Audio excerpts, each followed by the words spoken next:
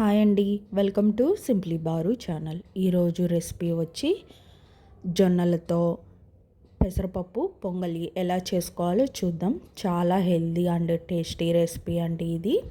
ఎక్కడ స్కిప్ చేయకుండా వీడియో మొత్తం వాచ్ చేయండి. నేను 1 కప్పు వరకు తెల్ల జొన్నల్ని తీసుకుని ఓవర్ నైట్ సోక్ చేసి పెట్టుకున్నానండి. ఈ సోక్ చేసుకున్న జొన్నల్ని నేను డైరెక్ట్గా వేసుకుంటున్నాను. మీరు కావాల్సి ఉంటే కాస్త మిక్సీలో రవ్వలాగా కూడా వేసుకోవచ్చు అనమాట.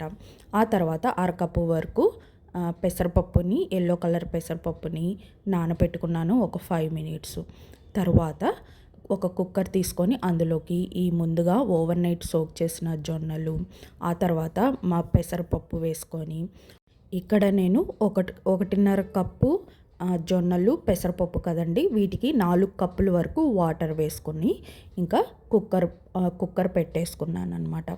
ఇక్కడ మనకి జొన్నలు లావుగా గట్టిగా ఉన్నాయి కదా, సో అందుకని నేను ఒక 6 విజిల్స్ అయితే వచ్చేంత వరకు ఉంచుకున్నాను. ఎందుకంటే జొన్నలు అనేవి గట్టిగా ఉంటాయి కదా. రవ్వలాగా చేసుకున్న అయితే మనకి అన్ని విజిల్స్ అవసరం లేదండి, జస్ట్ ఒక 2-3 అయితే సరిపోతుంది.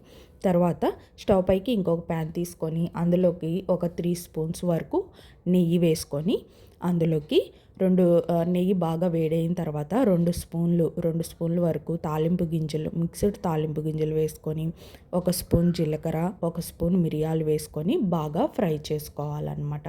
అవి గోల్డెన్ కలర్లోకి టర్న్ అయ్యేంత వరకు. ఆ తర్వాత 1 స్పూన్ వరకు అల్లం ముక్కలు, ఆ తర్వాత ఒక 2 పచ్చిమిరపకాయలు, కొంచెం కరివేపాకు కూడా వేసుకొని బాగా ఫ్రై చేసుకోవాలన్నమాట. తాలింపు గింజల్లో పప్పులు ఎక్కువగా ఉంటే మనకి ఈ జొన్న పెసరపప్పు అన్నానికి చాలా టేస్టీగా ఉంటుందండి. తర్వాత ఇంకా ఈ జొన్నలు ఉడికిపోయిన తర్వాత మనం కుక్కర్ ఓపెన్ చేసుకొని పప్పు గుత్తితో బాగా వెనుపుకోవాలన్నమాట. ఇవి చూస్తున్నారు కదా, ఇవి బాగా ఉడికిపోయినాయి అన్నమాట. చూసారు కదా, ఈజీగా నలిగిపోతున్నాయి. సో ఇవి బాగా ఉడికిపోయినాయి. ఇంకా వీటిని బాగా వెనుపుకొని, ఆ తర్వాత తాలింపులోకి కొంచెం ఒక 1/2 స్పూన్ వరకు పసుపు, కొంచెం కొత్తిమీర కూడా వేసుకొని బాగా ఫ్రై చేసుకోవాలన్నమాట. మీరు కావాల్సి ఉంటే జీడిపప్పులను కూడా వేగించి పెట్టుకోండి. ముందు నేను ఇక్కడ వేగించి పెట్టుకున్నాను కానీ ఈ క్లిప్ అనేది మిస్ అయిందనమాట. వెనిపిన పప్పు అండ్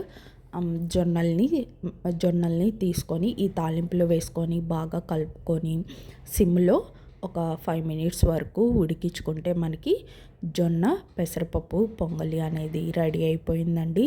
ఇట్లాగా అప్పుడప్పుడు చేసి పెట్టుకుంటే జొన్నలతో హెల్త్ అనేది చాలా బాగుంటుందండి. అండ్ టేస్టీ అయిన రెసిపీ కూడా తిన్నట్టు ఉంటుంది. సో మీకు ఈ రెసిపీ అంతా నచ్చినట్లయితే please support simply bar channel. Please subscribe and like, share Simply Baru channel.